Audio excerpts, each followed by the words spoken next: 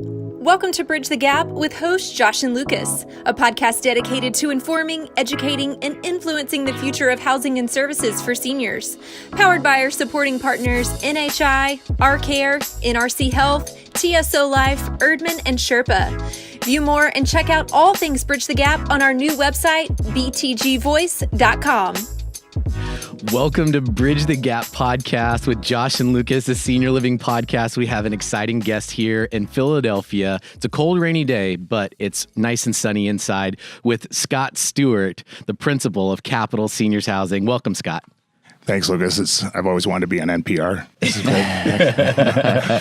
This is close as we can get it. Yeah, no, you're going to be wildly disappointed. It's basically two dudes with a podcast. We got the mics on, and we're going to have a great conversation. Scott, it's an exciting time in seniors housing. You're here. You're going to be on a panel discussing a lot, threats, weaknesses, opportunities, a lot of things that are going on in the industry. Tell us a little bit about your background. You're a fascinating guy. Thank you. How did you end up in seniors housing? That's a great question. So it didn't come from a burning desire to be in seniors housing. It actually kind of landed in my lap. What I mean by that is I had worked at the Carlyle Group, a large private equity group in Washington, D.C., and I'd left there to run the acquisitions program for Sunrise Senior Living, which is also in the D.C. area, right in McLean. And I was going to be their head of acquisitions, which meant that they wanted to augment their development program, grow the portfolio of assets through acquisitions, and that was going to be my job. Well, almost to the day that I showed up, they made this sea change from going from a owner-operator of real estate into a management services provider, kind of like the Marriott model. Mm-hmm. They wanted to shed all the hard assets and just become a fee manager. And that was great. I understood the direction, but it would have been good to know that before I made the leap, right? Mm-hmm.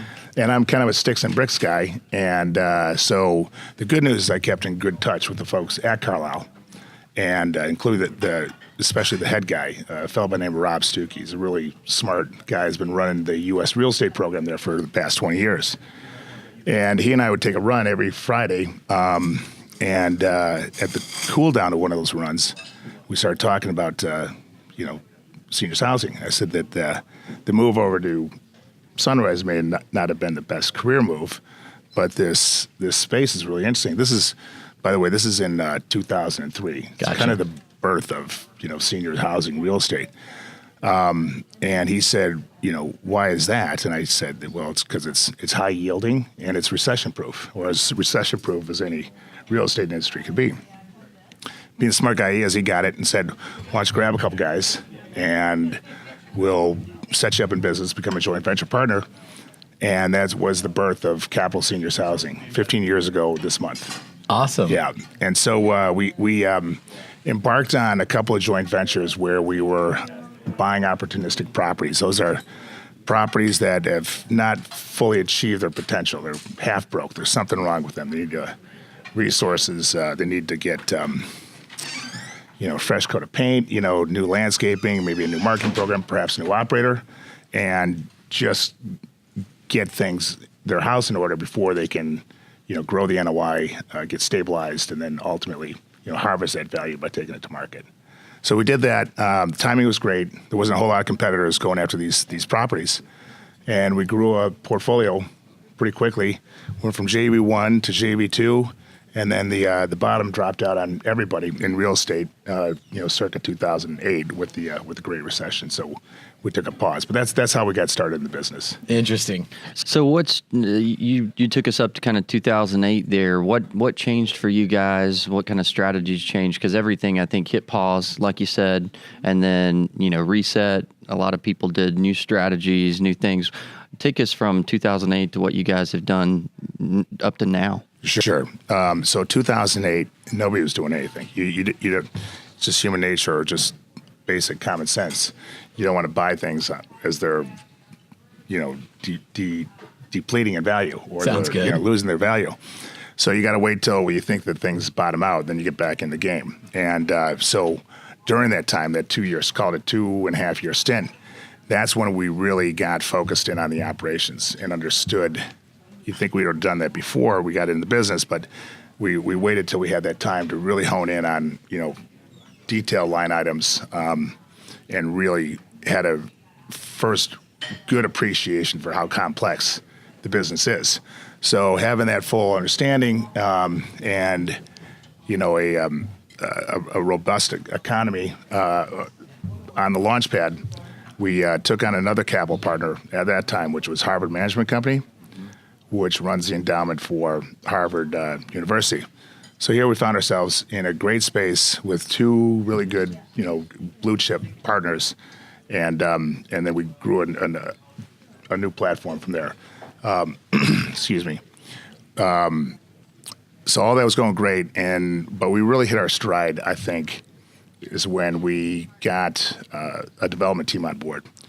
Joe McAwee, who runs our development program, brought over a couple guys from Sunrise, Jim May, Dave Ennis, and those three guys are responsible for over 150 new developments, mostly mini mansions that dot the eastern seaboard, and they'd seen it all, and having them on our team really morphed us into going from an opportunistic group, acquisition group, into more of a development company, which is where we are today. So that's fascinating. Kudos to you through weathering through those economic challenges and really diving in on operations. We've heard that from a lot of our guests. So take us, a little bit forward looking. Then I think we want to dive in a little bit to the interesting guy that you are, kind of behind the veil a little bit. But what does the future look like? Let's say next 5 or 10 years, not only for the industry as you perceive it, but how you guys are positioning yourself. Great question. There's a lot of doom and gloom out there. Even today, with the Dow dropped 600 points yesterday, and the 10-year Treasuries at 3.2. Those are not growth indicators. And there's always the fear that interest rates are going to continue to keep climbing. Nobody wants to hear that if you're in real estate, but this space is really. I don't know if Teflonic is the right word, but we're close to it. I think that the future is bright for seniors housing. It remains bright. And the reason for that is just statistics, the demographics. We haven't even begun to see, the wave has not even begun to crest in the pinnacle of seniors that are going to be age appropriate for this space. We're at the front end of it. So I think that that's going to help this industry defy gravity. And we're putting our money where our mouth is with that. We've got 14 developments that are in some cycle of their development life, and we're just looking at new opportunities every day. I think a lot of people are starting to take pause and think about, whether that's the right strategy or not, but we still got the pedal down. That's awesome. So I had the opportunity to spend some time with you last night with a group of folks that was really awesome, chatting around dinner. And one of the things I heard you talking about was kind of how you guys are, I don't know, I'd classify it, you may not, as kind of what does next generation look like? What does the consumer of the future want, need? And I think everybody's trying to figure that out, right? And there's a lot of different variations. And I think the term I heard you use was active living. Yes. So maybe describe what you mean by that, and what validation points are you seeing and markers that would cause you guys to say, that's kind of where we want to be positioned? Sure. Again, that's our thinking and our going long on that strategy of active living is driven by statistics and fundamentals. We look at we look at that as we've called it the new frontier of seniors housing. We believe it. We've looked at properties that are out there that are active living or that are currently active living, and we think that they're B+ at best, and the operators are usually multifamily guys, don't really have a full appreciation for seniors and seniors' needs. And they're full. They're even by bumbling around, they're actually doing a great job, right? And we think that if we've got a better mousetrap, a better property to develop, a template, and we can execute with a senior's mindset that we can do well in that space. So you flash forward to today, we've got 4 seniors active living properties that are in some form of development, and we're excited about that. Why we like that space is we found, and I'm a convert, by the way. I thought that seniors would, want to stay in their house as long as possible. And you get that. Who wants change at that stage of your life? But what you're finding is that seniors are really looking for a third act. They want, they want to do it. They want to figure that out with like-minded folks. So they want to congregate, live in the same space, share a community center, share ideas, share opportunities to figure out, what they want to do for, the long period that they are going to be in that community. So we're looking at the cohort is closer it's not 55. I'm 55. I'm not ready for anything like that. You're about as active as they get. Yeah. Yeah. So, but we're looking at the cohort more like 68 to 75. And a lot of folks who still have jobs, they still drive, they still, have a focus on activities and ideas, and they want to be with like-minded folks, sharing those ideas. Yeah. That's what really turns us on about the space. It's really exciting, actually. Yeah, so that's exciting. So give us a quick skinny on the ingredients that y'all are baking up in this new cake. So what are some of the features? What are some of the amenities that you're thinking next gen active living adult? What are they going to be looking for? Well, you want to have the prototype that we're going to go for is more of call it a 4-story stick build. We also want to attack the big element I left out is the middle class. That's where the biggest market is. We're defining that is like $1,800 to $2,300 per month for rent, and that's very affordable. Okay, so what do you got to do to do that? You got to build an affordable product. So it can't go crazy on the front end. You can't go crazy on the land price, and then you've got to be able to stick build it and be economical about your construction, because everybody knows the construction costs are just through the roof these days. And that's where our key focus and key challenge is. In order to deliver an economic product that works at those rents, you gotta manage your P's and Q's on the development side. So that means you want to size it right, 140 to 160 units. 4-story stick built surface parking with a community center that serves as the focal point. And then within that community center, you gotta hire a real crackerjack, activities director. Our bread and butter is still assisted living with a memory care component. There, your focus is on care and on dining, as well as other elements. Here, it's more on activities and providing a good, stimulating environment for folks. Sure. Are those going to be single occupancy or double occupancy? On the active adult, on the affordable. There'll be more sized for double occupancy. Yeah, okay. Yeah, for bigger units. Sure. Yeah. Which again kind of turns the bread and butter thing of assisted living on its head, because there you've got more refined, tight units. So some great insight. I know we've got a very diverse audience, Lucas. Things like this are really helpful. I mean, the fact that we're talking about this and people are planning and getting some insight to some really successful folks that have some vision for the future.